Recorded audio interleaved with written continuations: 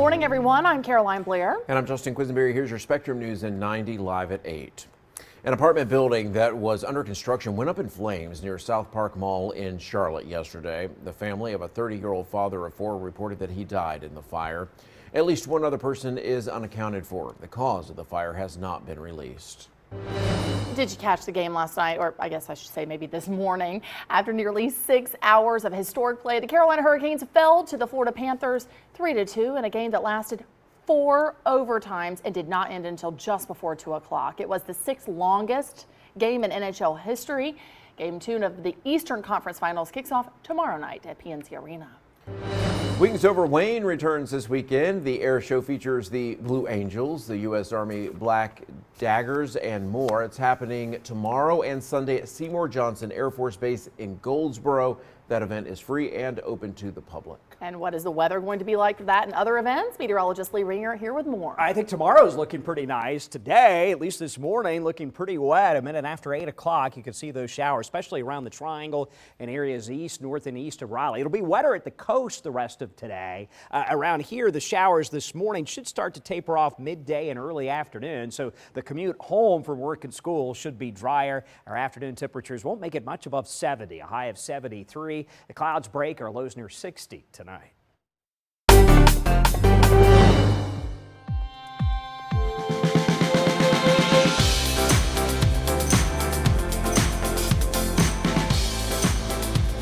We thank you for waking up with us live at 8 here on Spectrum News 1. Glad you were with us. It is Friday, May 19th.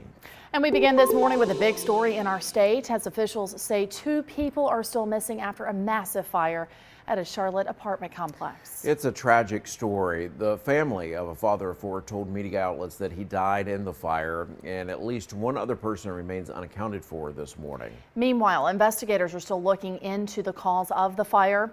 You can see the huge flames that caused the damage and devastation. The fire caused heavy damage to the apartment building, which was under construction at the time.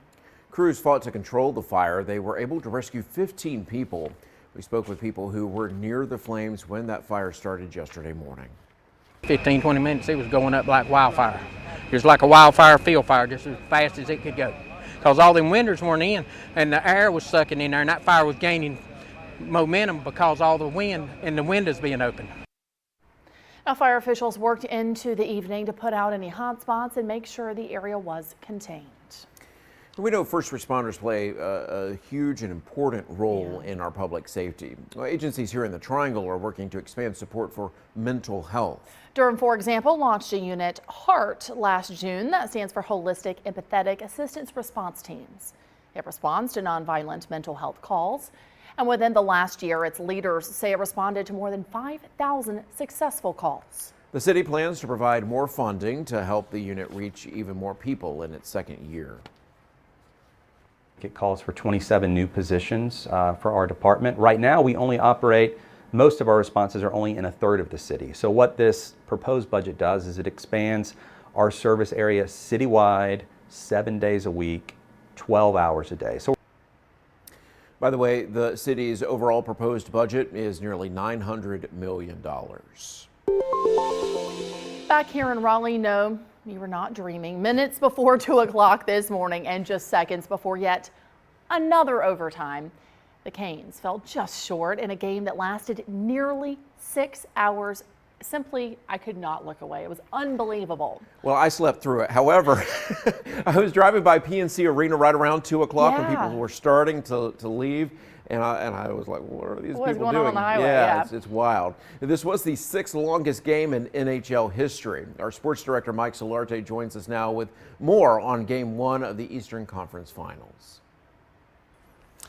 Well, the Carolina Hurricanes and Florida Panthers opened the Eastern Conference Final Thursday night, and it was a game that actually bled into very early Friday morning. It all got started around 8 when Jonathan Stewart cranked the storm siren to get things going. In the second period in a tie game, that's Carter Verhaeghe scoring to make it 2-1 Florida after 2 periods. But in the third, Carolina had a power play opportunity, and this is one of the prettier goals you're going to see. Stefan Nason finishing this one upstairs. Tied the game at 2. It would stay that way through the end of regulation. Would go through 1, 2, 3, and through the fourth overtime with just under 13 seconds left. Matthew Tkachuk beating Frederick Anderson for the game-winning goal. It was a 3-2 final, Florida winning over Carolina. This the 6th longest game in NHL history. It's gonna be a quick turnaround. Obviously, I think it's pretty late right now, and it's just about getting the body back to even as best you can, and the mind is you take it as one loss, and unfortunately, it's not the way we wanted, and to play that long, you want to be on the winning side of it, but it's a long series, and we'll have to regroup and go get them in game 2.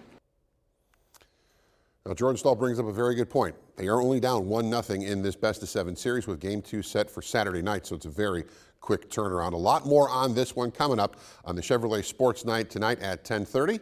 In studio with you, Mike Solarte, Spectrum News 1. They got to be absolutely exhausted, but we cannot wait for that. Absolutely, Mike. Thanks so much. And if you're looking for something fun to do with family and friends this weekend, we have an idea for you. It just so happens to be right next door to PNC Arena. The Got to Be NC Festival is back, and doors will open up later today at noon at the State Fairgrounds. We've all been anxiously awaiting for this weekend. And you know what? You can enjoy many attractions and visit local vendors. Spectrum News 1 reporter Anissa Lopez is live there right now for us to tell us a little bit more about what you can expect this weekend. Anissa, good morning. Well, good morning to you guys. During the 3 days, visitors can enjoy games, music, and animals. But of course, we cannot forget about the food. I actually have one vendor with me who, it's Alex, and he is the owner of Shredder Sauce. Tell me a little bit more about your business. I've been working on Shredder Sauce for about 5 years now. Started at 15 when I got my first Carolina Reaper plant. I did not know that thing would be slammed full of peppers. And my mom wasn't too happy about the freezer being full of peppers, so I decided to make some hot sauce with it. And you told me this is actually your first time here at the festival. Tell me a little bit about what you're looking forward to. I'm looking forward to the exposure for sure and just getting my name out there more. Awesome. Now, I think you said you have a sample for me to try. I'm a little nervous, but I will have a taste. Let's see. So, what sauce is this? It's 6-string sting with Carolina Reapers and Trinidad Scorpions. It's a mouth shredding experience. I can already feel my tongue starting to tingle. Now, this is very, very good. You can find this vendor at the Food Lion Local Goodness Marketplace. Now, since I'm having this sauce, Justin and Caroline, I have to ask, what's your favorite sauce?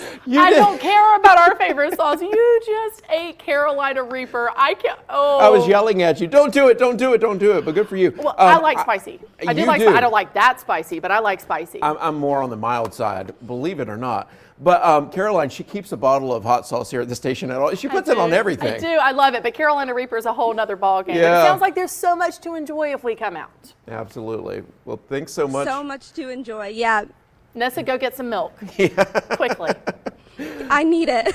I bet. All right. Great well, reporting there. I hope you stay with us here because we've got a look at the forecast coming up here. Of course, you're going to want to know what things are going to be like if you're going out there for that festival. And here's a live look at the Bell Tower on NC State's campus. That's right. This is provided by the university there.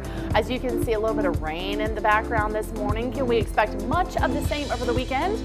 Well, meteorologist Lee Ringer has the answer coming up in your Weather on the Ones. Stay with us. You're watching Your Morning right here on Spectrum News 1.